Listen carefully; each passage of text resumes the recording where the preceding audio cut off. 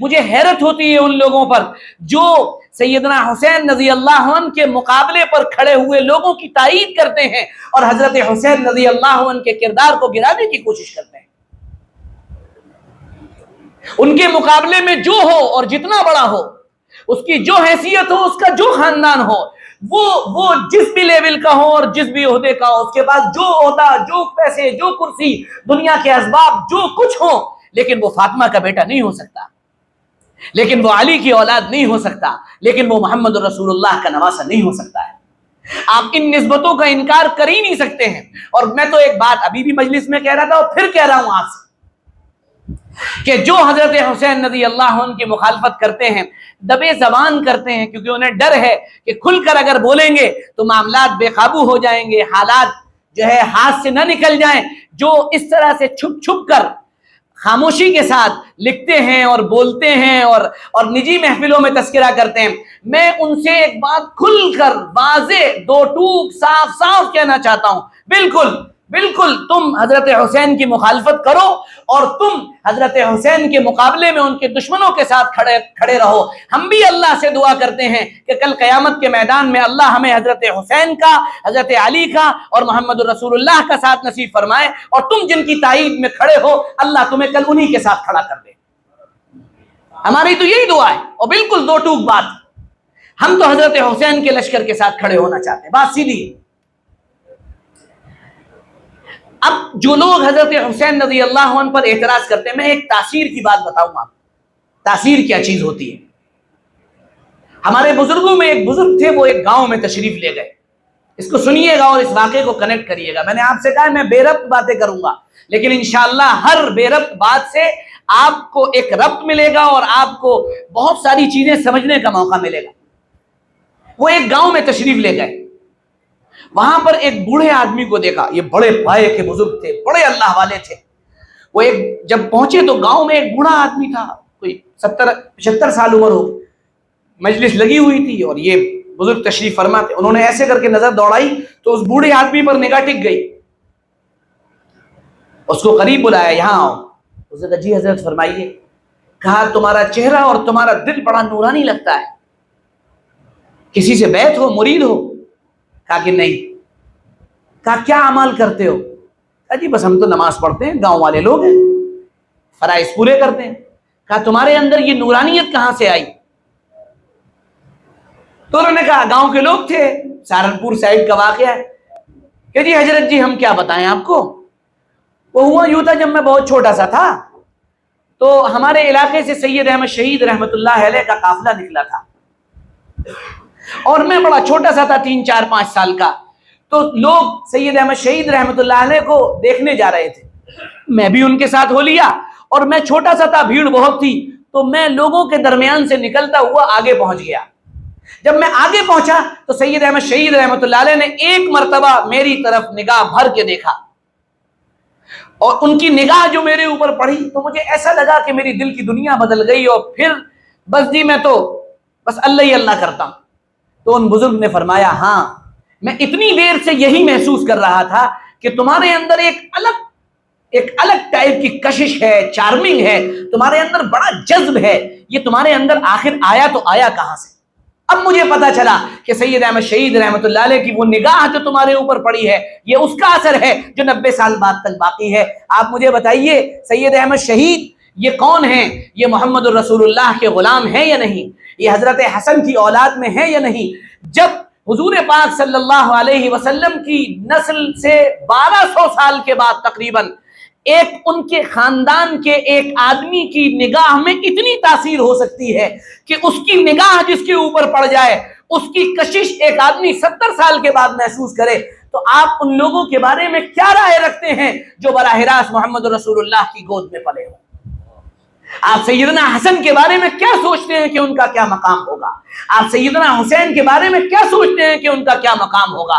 ان کی تاثیر، ان کی دعا، ان کی انابت، ان کے سجدے، ان کے رکوع، ان کا اللہ سے والہانہ تعلق، ان کی اللہ سے محبت، ان کا اللہ کی طرف کھچاؤ اور لگاؤ۔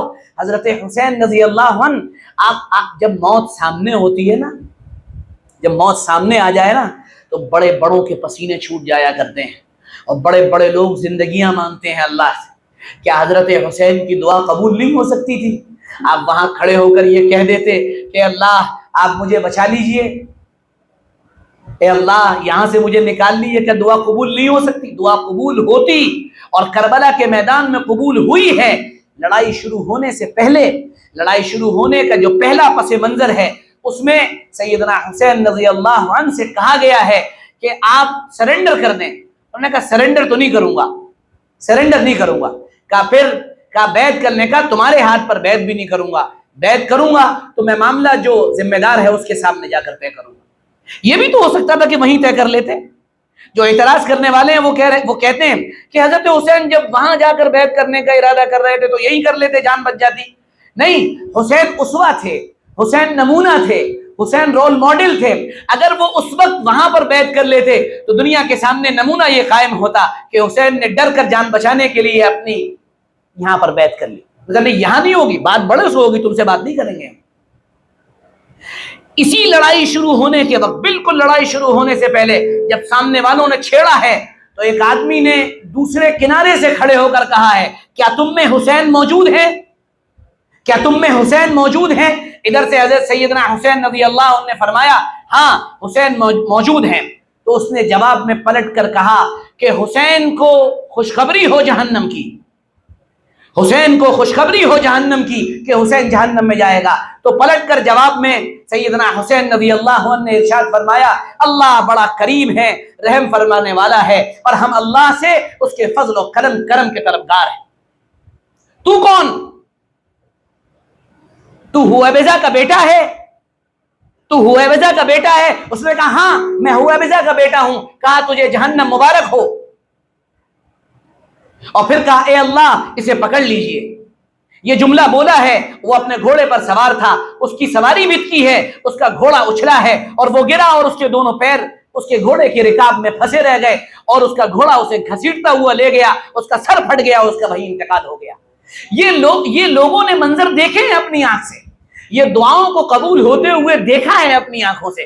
تو کیا وہ یہ دعا نہیں کر سکتے تھے کہ اللہ یہاں سے بچا لیجئے، اے اللہ بڑا معاملہ سخت ہے، میری اولاد اور میری بیٹیاں اور میرے بچے اور میری نسل، اس کا کیا ہوگا؟ نہیں، وہ اس قربانی کے لیے تیار ہو کر آئے تھے. بڑے لوگ اس بات میں کنفیوز ہیں. آپ سمجھداروں کا مجمع ہے، عام لوگوں کے درمیان یہ بات نہیں بیان کی جا سکتی. لوگ جانتے ہی نہیں ہیں. حتیٰ کہ میں نے تو ایک بزرگ ہیں، میں ان کو بزرگی کہہ رہا ہوں، انہوں نے اپنی کتاب کے اندر سیدنا حسین رضی اللہ عنہ کے بارے میں یہ جملہ لکھا، اور پتہ نہیں کیوں ان کا قلم نہیں کانپا اور کیوں نہیں ان کا قلم تھرکا اپنی جگہ. اس میں لکھا کہ حضرت حسین باغی تھے اور انہوں نے بغاوت کا کام کیا اور امت کو فتنے میں ڈال دیا. اس طرح کی عجیب عجیب باتیں لکھی. آپ کیا سمجھتے ہیں حضرت حسین کو؟ کچھ لوگ ہیں جو بڑے لکھنے والے ہیں اور لکھاڑ ہیں، انہوں نے یہ لکھ دیا کہ سیدنا حسین جو تھے وہ بڑے جوشیلے اور جذباتی تھے، اور انہوں نے جوش اور جذبات کے اندر یہ فیصلہ کر لیا. حضرت حسین کو وہ یہ سمجھ رہے ہیں کہ کوئی وہ 23-24 سال کا نوجوان تھا یا 18 سے 20-22 سال کا کوئی نوخیز ابھرتی ہوئی جوانی والا شخص تھا. ارے اللہ کے بندوں، وہ 60 سال کے ہونے والے تھے، عقل و شعور ان کے اندر مکمل ہو چکا تھا، علم اس دور میں ان کے برابر شاید کسی کے پاس ہو، سمجھ حسین کے مقابلے میں اس دور میں شاید کسی کے پاس ہو، عقل ان کے مقابلے میں شاید کسی کے پاس ہو. یہ وہی حسین ہیں. جب یہ رخصت ہو رہے ہیں تو رخصت ہوتے وقت عبداللہ ابن عمر سے ملاقات ہوئی ہے اور عبداللہ ابن عمر نے کہا ہے حسین آپ وہاں مت جائیے، کوفہ کے لوگ بہت خراب ہیں، یہ آپ کو دھوکہ دے دیں گے. سیدنا حسین نے فرمایا کہ ابن عمر مجھے جانا ہے اور وہ لوگ مجھے بلا رہے ہیں، اور پھر اللہ کی قضا کی طرف جا رہا ہوں. حضرت عبداللہ ابن عمر کا جملہ تاریخ میں محفوظ ہے، کتاب میرے پاس موجود ہے، آپ میں ہر آدمی دیکھ سکتا ہے کتاب. اس میں لکھا ہے تو پھر اے شہید میں تم کو رخصت کر رہا ہوں. عبداللہ ابن عمر صاف فرما رہے ہیں، ان کو نظر آ رہا ہے. تو کیا یہ حضرت حسین نہیں سمجھ پائے تھے کہ میں جو جا رہا ہوں، یہ جانا، یہ آگے بڑھنا، یہ گویا کہ مقتل کی طرف اپنے آپ کو لے جانا ہے، اپنے آپ کو شہید کروانا ہے، اپنی نسل کو اجڑوانا ہے؟ کیا یہ سب نہیں سمجھ رہے تھے؟ وہ خوب سمجھ رہے تھے.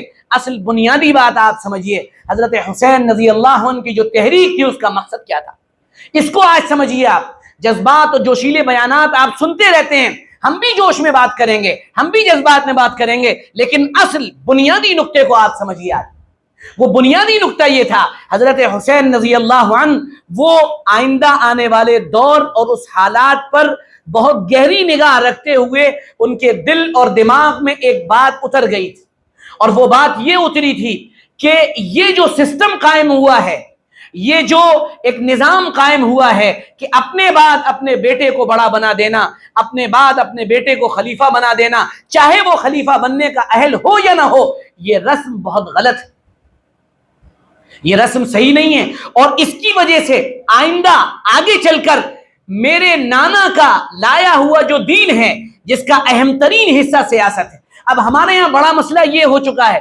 کہ نہ کوئی سمجھنے کو تیار ہے، نہ کوئی سمجھانے کو تیار۔ سمجھنے کا مسئلہ یہ ہے کہ اسلام سیاسی دین نہیں ہے، لیکن سیاست اسلام کا اہم ترین حصہ ہے، یہ بڑا مسئلہ ہے اور یہ واضح نہیں ہوتا۔ اور جب ہمارے یہاں سیاست بولی جاتی ہے تو سیاست کا مطلب ہوتا ہے الیکشن، ووٹ، اور جو ہے اس کی کمپیننگ، ہم یہ سمجھنے لگتے ہیں۔ بھائی سیاست کا مطلب یہ نہیں ہے، سیاست کا مطلب یہ ہوتا ہے لوگوں کے درمیان جو معاملات پیش آئیں ان معاملات کو اللہ اور اس کے رسول صلی اللہ علیہ وسلم کے بتائے ہوئے طریقے کے مطابق حل کرنا، یہ سیاست ہے۔ اللہ کے نبی صلی اللہ علیہ وسلم کے دور میں آپ پہنچ جائیں، آپ صلی اللہ علیہ وسلم گلیاں تیار کروا رہے ہیں۔ اب آپ تصور کر سکتے ہیں کہ گلیاں تیار ہو رہی ہیں اور آپ صلی اللہ علیہ وسلم ڈائریکشن دے رہے ہیں، اور ڈائریکشن یہ دیا جا رہا ہے کہ گلیوں کی چوڑائی اتنی رکھی جائے کہ دونوں طرف سے 2 اونٹ لدے ہوئے مال کے جو نکلے وہ آرام سے نکل جائیں، گلی اتنی چوڑی رکھی جائے۔ یہ معاملات آپ صلی اللہ علیہ وسلم خود طے کروا رہے ہیں، مسجد نبوی کے اندر بیٹھ کر لوگوں کے معاملات آپ طے کر رہے ہیں، فیصلے کر رہے ہیں۔ یہ اسلام کا ایک پورا نظام ہے، خلافت کا تقرر، خلافت کو چلانا، خلافت کو اسٹیبلش کرنا، یہ نظام ہے۔ کیا آپ نے کبھی اس بات پر غور نہیں کیا؟ کیا آپ نے کبھی اس بات کو نہیں سوچا؟ آپ مدینہ منورہ جائیے، وہ باغ آج تک باقی ہے، مسجد نبوی کے احاطے میں باقی ہے، سقیفہ بنو ساعدہ اسے کہا جاتا ہے۔ اللہ کے نبی صلی اللہ علیہ وسلم کا انتقال ہوا ہے، آپ کا جسد عنصری رکھا ہوا ہے، اور ادھر ابو بکر و عمر کو پتہ چلا کہ ادھر سقیفہ بنو ساعدہ میں انصار جمع ہوئے ہیں، اور وہ جمع ہو کر یہ کہہ رہے ہیں خلافت اب ہمارے اندر آئے گی، خلیفہ اب ہم ہوں گے۔ اب ابو بکر اور عمر اللہ کے نبی صلی اللہ علیہ وسلم کے جسد عنصری کو چھوڑ کر سقیفہ بنو ساعدہ پہنچے۔ کیا بات کر رہے ہو تم لوگ؟ کیا بات کر رہے ہو تم لوگ کہ ہم بات یہ کر رہے ہیں کہ ہم نے حضور کا بہت ساتھ دیا ہے، اب خلیفہ ہمارے اندر ہوگا۔ ابو بکر نے کہا سنو، ایک بات سنو، میں نے حضور پاک صلی اللہ علیہ وسلم سے یہ بات سنی ہے، الائمۃ من قریش، کہ جو ذمہ داران ہوں گے وہ قریش قبیلے سے ہوں گے۔ تم لوگ قریشی تو ہو نہیں، تم نہیں بن سکتے بڑے۔ وہ لوگ سرنڈر ہو گئے۔ پھر اس کے بعد حضرت عمر رضی اللہ عنہ کا ہاتھ پکڑا اور فرمایا دیکھو یہ عمر ہیں، یہ بہت افضل ہے، ان کے ہاتھ پہ بیعت کر لو۔ لوگوں نے انکار کیا اور ابو بکر کے ہاتھ پہ بیعت کی۔ کیا آپ نے اس کا پیغام سمجھا کہ حضور پاک صلی اللہ علیہ وسلم جب ابھی موجود ہیں، یعنی ان کا مبارک جسم موجود ہے، اور اس کو چھوڑ کر لوگ جا رہے ہیں، ابو بکر اور عمر جا رہے ہیں، وہ کسی بہت اہم مسئلے کی بنیاد پر جا رہے ہیں، کوئی بہت اہم مسئلہ ہے۔ اب آپ سوال کر سکتے ہیں یہ مسئلہ اتنا اہم کیوں ہے؟ کیوں تھا اتنا اہم؟ کیوں چلے گئے ابو بکر عمر؟ آپ مجھے یہ بتائیے کہ حضور پاک صلی اللہ علیہ وسلم بیک وقت نبی بھی تھے، خلیفہ بھی تھے، بادشاہ بھی تھے، مدینہ منورہ کے سلطان بھی تھے، اور آپ صلی اللہ علیہ وسلم سے پیسالات سب کچھ تھے آپ ایک وقت۔ آپ کے انتقال کے بعد معاملات طے کون کرے گا؟ یہ کون طے کرے گا کہ نماز جنازہ کون پڑھائے؟ یہ کون طے کرے گا کہ آپ کو دفن کہاں کیا جائے؟ یہ سارے بڑے بڑے معاملات طے کیسے ہوں گے؟ اس کو کوئی ذمہ دار طے کرے گا؟ ذمہ دار طے ہوا نہیں، ذمہ داری کے طے کرنے میں اختلاف ہے، اس اختلاف کو طے کرنے کے لیے حضرت ابو بکر اور عمر دوڑے ہوئے سقیفہ بنو ساعدہ گئے۔ حضرت حسین رضی اللہ عنہ اس بات کو سمجھ رہے تھے کہ خلافت بہت اہم ذمہ داری ہے، اگر یہ بچوں کا کھیل بن گئی، اگر یہ بازیچہ اطفال بن گئی، اگر یہ منتقل ہونے والی چیز بن گئی، تو پھر میرے نانا کا لایا ہوا دین جو بڑی مشکلوں کے ساتھ بہت بہت بہت بہت قربانیوں کے بعد اسٹیبلش ہو پایا ہے، کہیں اس کے اندر رکھنا نہ آ جائے۔ آج نہ آئے رکھنا، کل یہ رکھنا آ کر رہے گا، کل یہ پریشانی کھڑے ہو کر رہے گی۔ اس لیے وہ باقاعدہ اس بات پر آمادہ تھے کہ میں یہ فتویٰ دیتا ہوں کہ اس وقت جس آدمی کو ذمہ دار بنایا گیا ہے، جس آدمی کو امارت دی گئی ہے، وہ امارت کا اہل نہیں ہے، یزید امارت کا اہل نہیں ہے۔ یہ حضرت حسین کا فتویٰ تھا۔ آپ بہت آسانی کی زندگی جی سکتے تھے، آپ ایک فتویٰ دیتے اور فتویٰ دینے کے بعد ایک کونے میں عبداللہ ابن عمر کی طرح چلے جاتے، آپ کونے میں رہتے، اللہ اللہ کرتے، ذکر و اذکار کرتے اور کہتے میں نے اپنا حق ادا کر دیا، میں نے اپنی بات پوری کر دی۔ لیکن آپ اس پر راضی نہیں تھے، کیونکہ یہ دین اسی گھر سے چلا تھا اور اسی کے کسی گھر والے کے سامنے یہ دین پامال ہوتا، یہ بات ان کو برداشت نہیں تھی، اس لیے وہ وہاں سے نکلے، ان قربانیوں کے لیے وہاں سے نکلے۔ یہ ان کی تحریک تھی دراصل۔ اس کو جو لوگ نہیں سمجھتے ہیں وہ یہ سمجھتے ہیں کہ حسین نے بغاوت کی۔ آپ تمام معتدل لوگوں کو پڑھ لیجئے، کوئی ایک آدمی یہ لکھنے کو تیار نہیں ہوگا کہ حضرت حسین رضی اللہ عنہ کا یہ اقدام بغاوت تھا۔ ایک آدمی۔ بغاوت کیسے ہوتی؟ جس آدمی کی امارت ابھی طے ہی نہیں ہوئی ہے، جو آدمی ابھی مسلمانوں کا ذمہ دار نہیں بنایا۔ پڑھیے آپ قاضی ابو یعلا کو، قاضی ابو یعلا نے باقاعدہ یہ بات لکھی ہے کہ اس کی عمارت کو شام کے علاوہ کسی علاقے کے لوگوں نے تسلیم نہیں کیا تھا، یزید کی عمارت کو مانا نہیں گیا تھا اس وقت تک۔ بڑے بڑے جو ارباب حل و عقد ہیں، جو سمجھدار لوگ ہیں، انٹلیکچوئل ہیں، دانشور ہیں، انہوں نے اس کی عمارت کو قبول نہیں کیا۔ جب قبول نہیں کیا تو اس کے خلاف اگینسٹ اگر آپ جا رہے ہیں تو کون سی غلط بات ہے، یہ کون سی بغاوت؟